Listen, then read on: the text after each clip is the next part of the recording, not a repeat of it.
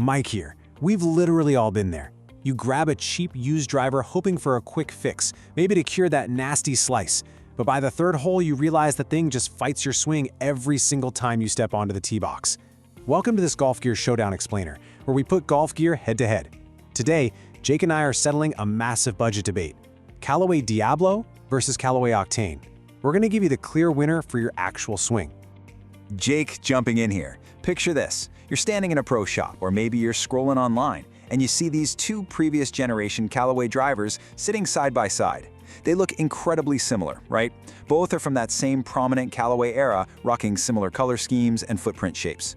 We see American golfers do this all the time. They just buy whichever one happens to be $5 cheaper. But buying on brand name alone without matching the club to your swing is exactly how you waste your hard-earned money. Sure, they look alike on the rack, but based on design intent, they behave completely differently out on the course. To keep this completely honest, we are scoring this battle across 6 strict rounds. We'll cover distance and launch, forgiveness, accuracy and control, feel and confidence, price and value, and finally, golfer fit. Oh, and do not skip ahead past round 3. We are going to reveal a massive accuracy secret that most everyday golfers completely overlook when buying used gear. It might actually save your fairway percentage this weekend. All right, let's dive right into round 1. We're looking at distance and launch. So both of these clubs were built during an era when Callaway focused heavily on generating easy ball speed for the everyday player. Neither of them is short. Understanding the specific engineering behind each club's distance capabilities, though, is absolutely crucial to getting your launch right.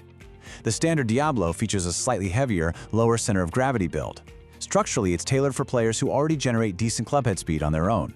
That mass allows you to impart some serious force onto the golf ball. Hang on a second, Mike. You can't just focus on pure overall mass here. The Octane was specifically engineered with a lighter overall build. Most golfers report that this exact setup makes it dramatically easier for moderate swingers to get the ball up in the air quickly. If you swing a little slower, a lightweight design is precisely what you need to maximize your carry distance. Okay, that is a very fair point, Jake. Because that high launch characteristic solves a major distance problem for a huge portion of everyday players, we have a clear victor here.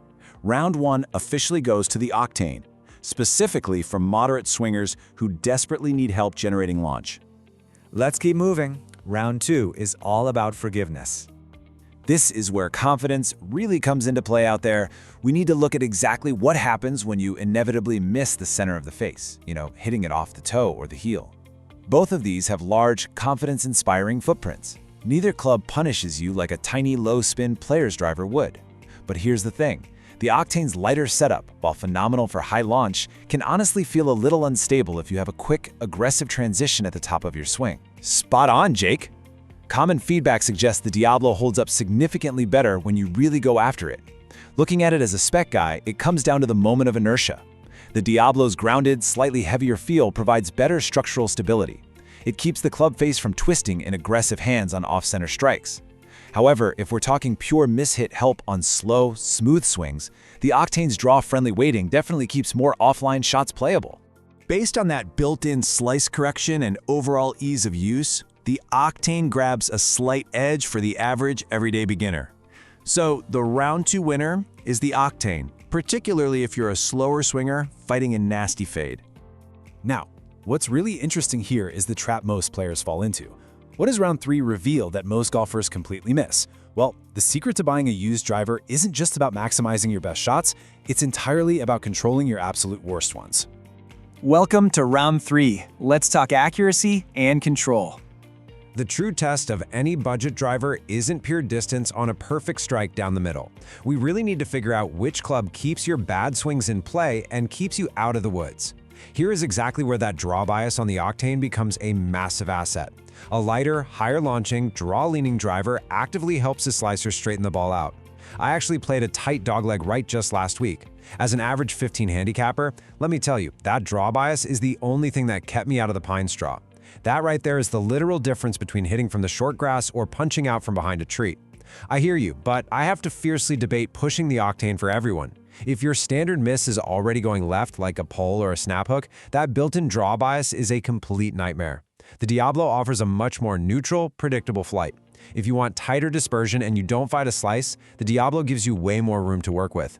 You aren't constantly fighting the club's internal weighting. You need reliability off the tee, plain and simple. The The Diablo simply provides a tighter, more predictable dispersion for a much wider range of standard golfer swings. Round 3 forcefully goes to the Diablo for overall consistency.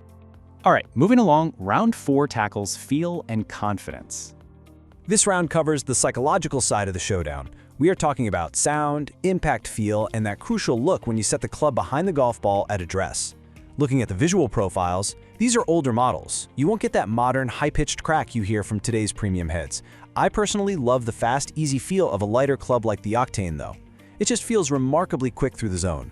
Oh, I vehemently disagree with you there, Jake. When you buy older drivers, you really need that solid, grounded structure.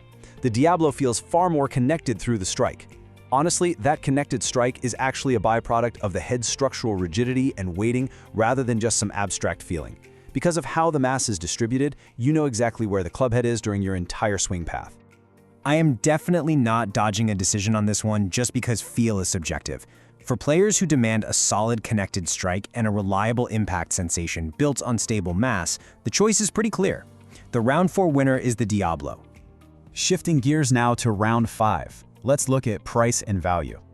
Let's talk about the wallet. We're focusing entirely on which of these previous generation clubs delivers the absolute best used market value today. Here's a smart shopper move that most golfers completely miss.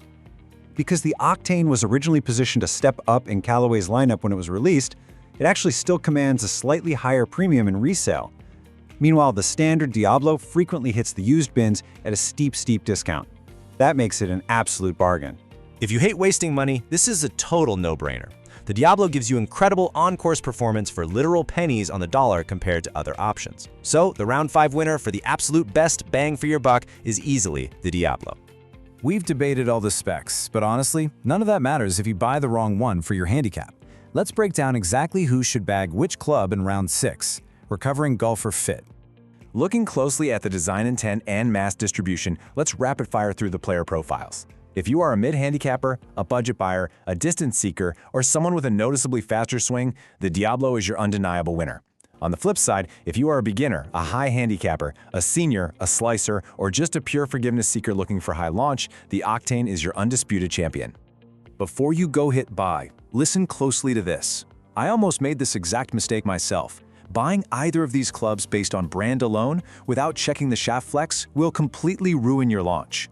Putting a stiff shaft in a slow swinger's hands absolutely kills the forgiveness you came for in the first place. Please pay attention to the specs.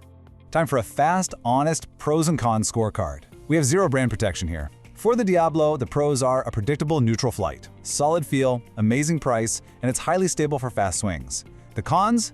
Less built-in slice help and a slightly dated sound. Now for the Octane.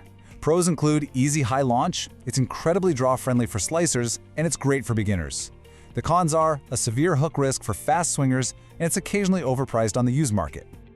All right, here is your final verdict. Best overall for the average golfer? The Octane. Best for beginners, high handicaps, and pure forgiveness? Octane again.